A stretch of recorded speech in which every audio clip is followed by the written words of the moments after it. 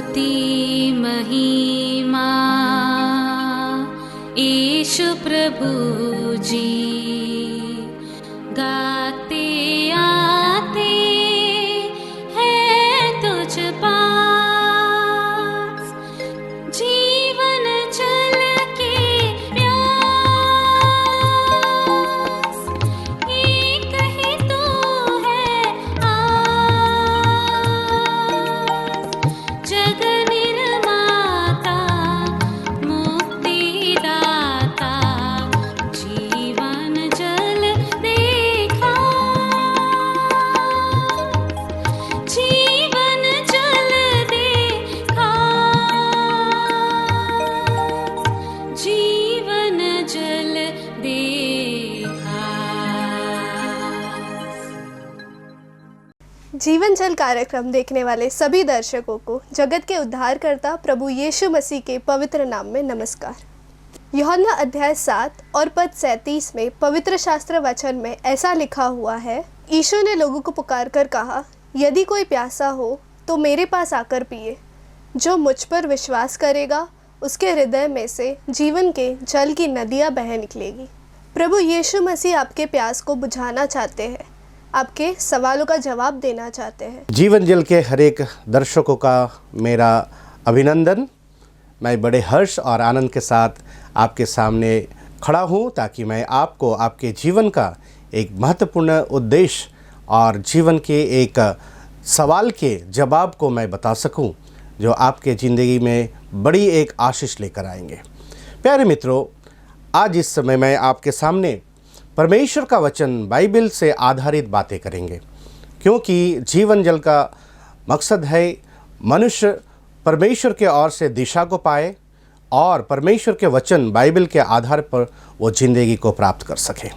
प्यारे मित्रों, मैं आज आपके सामने एक कहानी बताऊंगा और उस कहानी में परमेश्वर ने एक मनुष्य से एक सवाल किया और उस सवाल का जवाब उस मनुष्य के पास सही नहीं था और इसलिए परमेश्वर ने उनके साथ बड़े अनुग्रह किए और जिसके कारण उसके जीवन में एक बड़ा उन्नति आया।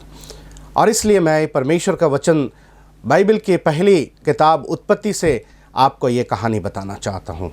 और ये कहानी है हमारे जो आदि मानव आदम और हवा की, जिनको परमेश्वर ने अपने ही सदृश्य में बनाया और जिनको परमेश्वर ने बड़े ही अनोखी रीति से बहुत ही खूबसूरती के साथ हाथों से उन्होंने गढ़ा।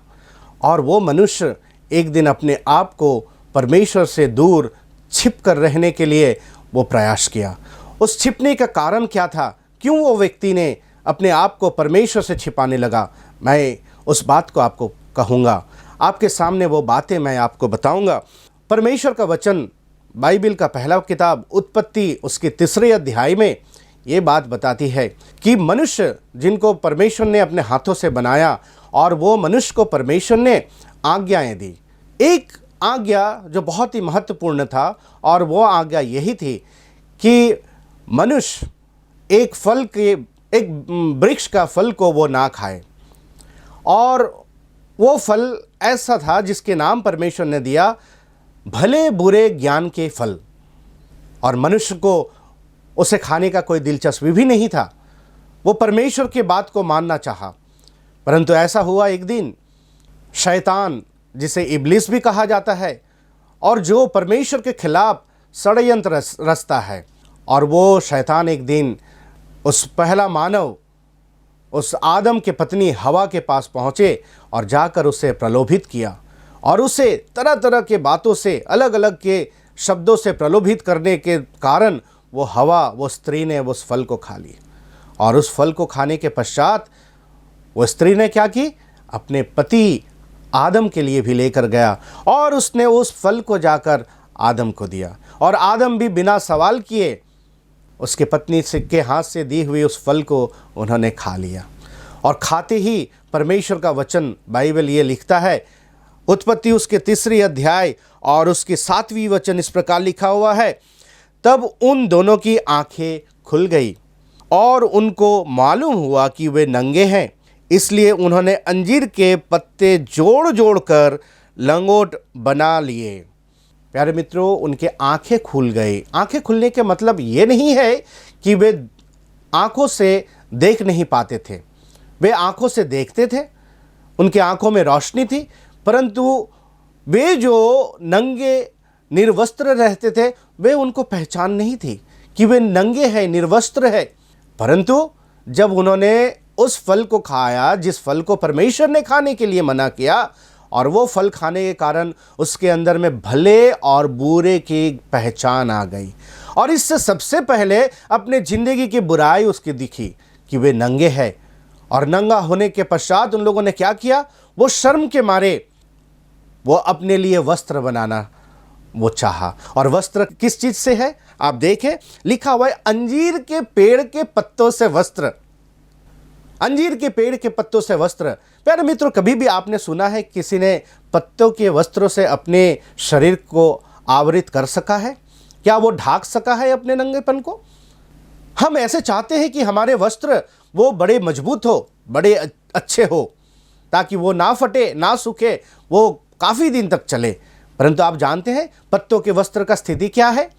अगर पत्तों से बने हुए वस्त्र पहनेंगे, धूप आते ही उस पत्ते सूख जाएंगे और आप फिर से आपके नंगेपन दिखेंगे। ये मनुष्य ने परमेश्वर के सामने आने के लिए प्रयास किया कि वो अपने नंगापन को ढाक करके शाम के समय जब परमेश्वर उनसे बातें करने आएंगे और उनसे वो मिल सके, परंतु ये वस्त्र उनको ढाक ना पाया। उसके पश्चात ठीक शाम के समय परमेश्वर उनसे मिलने के लिए आया, और परमेश्वर ने उनसे जब मिलने के लिए आया तो उन्हें उनके नज़दीक ना पाया। और परमेश्वर ने उनसे पूछा, क्या पूछा? 3 अध्याय और उसकी 9वीं आयत में लिखा हुआ है, तब यहोवा परमेश्वर ने पुकार कर आदम से पूछा, तू कहाँ है? जी हाँ प्यारे मित्रों, मैं इसी सवाल के लिए मैं कह रहा था कि परमेश्वर ने पहले मनुष्य आदम से एक सवाल किया, और वो सवाल ये है कि तू कहाँ है? परमेश्वर सर्वज्ञानी है, परमेश्वर को सब कुछ मालूम नहीं है। इस सवाल के मतलब ये नहीं है कि परमेश्वर को मालूम नहीं था, परमेश्वर नहीं जानते थे, परंतु परमेश्वर इस सवाल से उन्हें पूछना चाहता है कि क्या तू उस फल को खा लिया है जिस फल को मैंने खाने के लिए मना किया था? क्या तूने मेरे आज्ञा का अनाज्ञाकारी ठहरा? क्या तू मेरे कहे हुए वचनों को पालन नहीं कर पाया? तू मुझसे दूर भागना चाहता है, तू अपने आप को छिपाना चाहता है। प्यारे मित्रों, परमेश्वर बड़े ही दुख के साथ, दर्द के साथ कहता है, तू कहाँ है?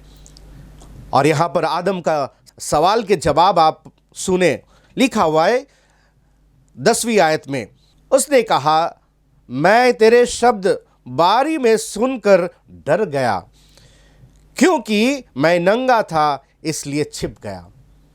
प्यारे मित्रों, ये आदम और हवा, इनकी ज़िंदगी में डर नहीं थी।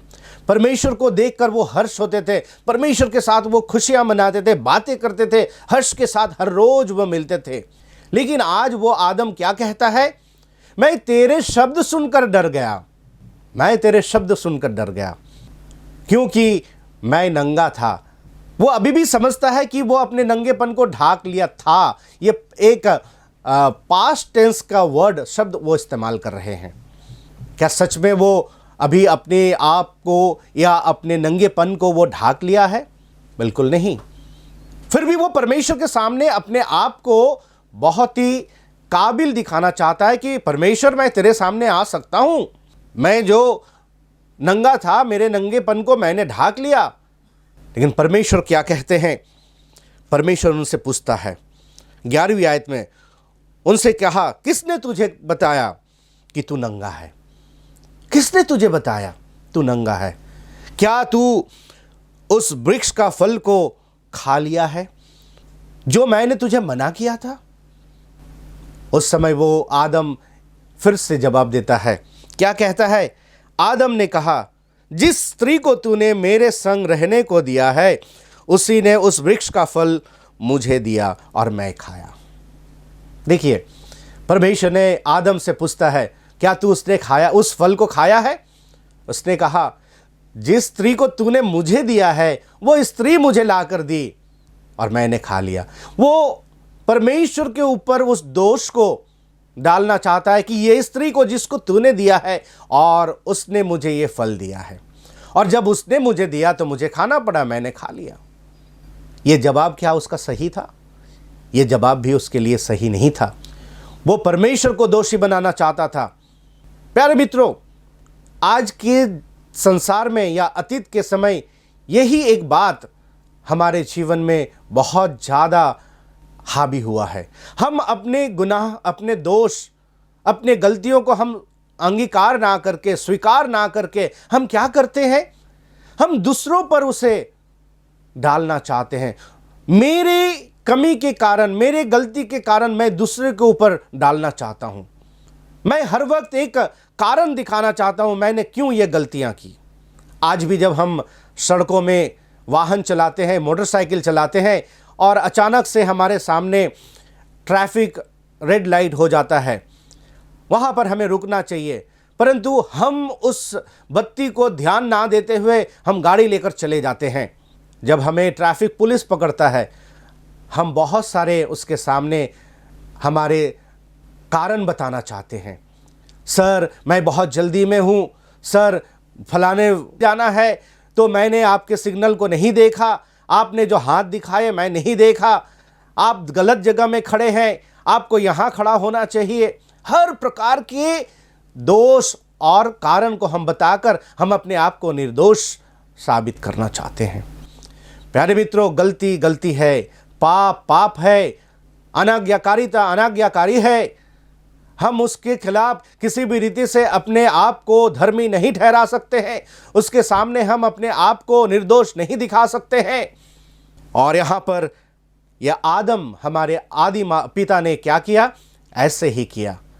परमेश्वर ने समझा ये व्यक्ति यूं ही सुधरने वाला नहीं है, ये व्यक्ति ऐसे ही संभलने वाला नहीं है, ये अपनी गलतियों को अंगीकार करने वाला नहीं है, समझने वाला नहीं है। परमेश्वर ने उनके साथ क्या किया? परमेश्वर ने उनके साथ भलाई की। परमेश्वर चाहते तो तुरंत उन्हें वहाँ पर उनको दंडित कर सकता था, मार सकता था, उन्हें नाश कर सकता था, परंतु परमेश्वर ने ऐसा नहीं किया। परमेश्वर ने क्या किया? आगे हम पढ़ेंगे। हम लोग देखते हैं जब 3 अध्याय उसकी 21वीं आयत में लिखा हुआ है, और यहोवा परमेश्वर ने आदम और उसकी पत्नी के लिए चमड़े का अंगरखे बनाकर उसको पहना दिया। जो आदम, जो हवा उस पत्ते का वस्त्र पहनकर परमेश्वर के सामने खड़े होने का लायक समझ रहे थे, परमेश्वर ने देखा इसका वस्त्र एक ऐसा वस्त्र है जो पत्ते से बना हुआ है, वो सूख जाएगा, उसका नंगापन फिर निकल आएगा, वो लज्जित हो जाएगा।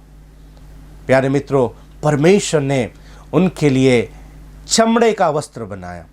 यहाँ पर यह नहीं लिखा हुआ है कौन सा चमड़ा है, किस प्राणी का चमड़ा है, किस प्राणी को मारा गया, परंतु एक बात स्पष्ट है कि उसके नंगेपन को ढांकने के लिए परमेश्वर ने क्या किया? एक प्राणी का बलि चढ़ाया। एक प्राणी को परमेश्वर ने हत्या किया और उसके चमड़े को निकाल करके दोनों के शरीर को, दोनों के तन को ढाका, ताकि वो परमेश्वर के सामने कम से कम थोड़े पल के लिए खड़े हो सके। परमेश्वर उनके नंगेपन को ना देखे, उनकी नंगाई ढक जाए। परमेश्वर उनके साथ प्रेम का वर्ताव किया है। प्यारे मित्रों, परमेश्वर प्रेमी परमेश्वर है। वो नहीं चाहते हैं कि उनके हाथ से बनाए हुए मनुष्य, उनके हाथ के बनाए हुए आदम या आदमी या स्त्री नाश हो जाए, वे लज्जित रहे, जिंदगी भर वो तड़पते रहे, तकलीफ पाए, परंतु परमेश्वर चाहता है उसका पुनः स्थापना हो सके, वो पुनः अपने स्थान पर वापस आ सके। और इसलिए परमेश्वर ने क्या किया? उनके लिए एक निर्दोष प्राणी का बलि चढ़ाकर उसकी हत्या करके उसकी जगह में उस चमड़े को निकालकर उसे वस्त्र पहनाया। प्यारे मित्रों, ये बातें एक बहुत ही अनोखी एक घटना पर हमें, हमारे दृष्टि को आकर्षित करता है। और वो घटना क्या है? वो घटना के बारे में मैं आपको बताना चाहता हूँ। वो घटना प्रभु यीशु मसीह के उस कलवरी के क्रूस पर बलिदान के बात को दर्शाता है।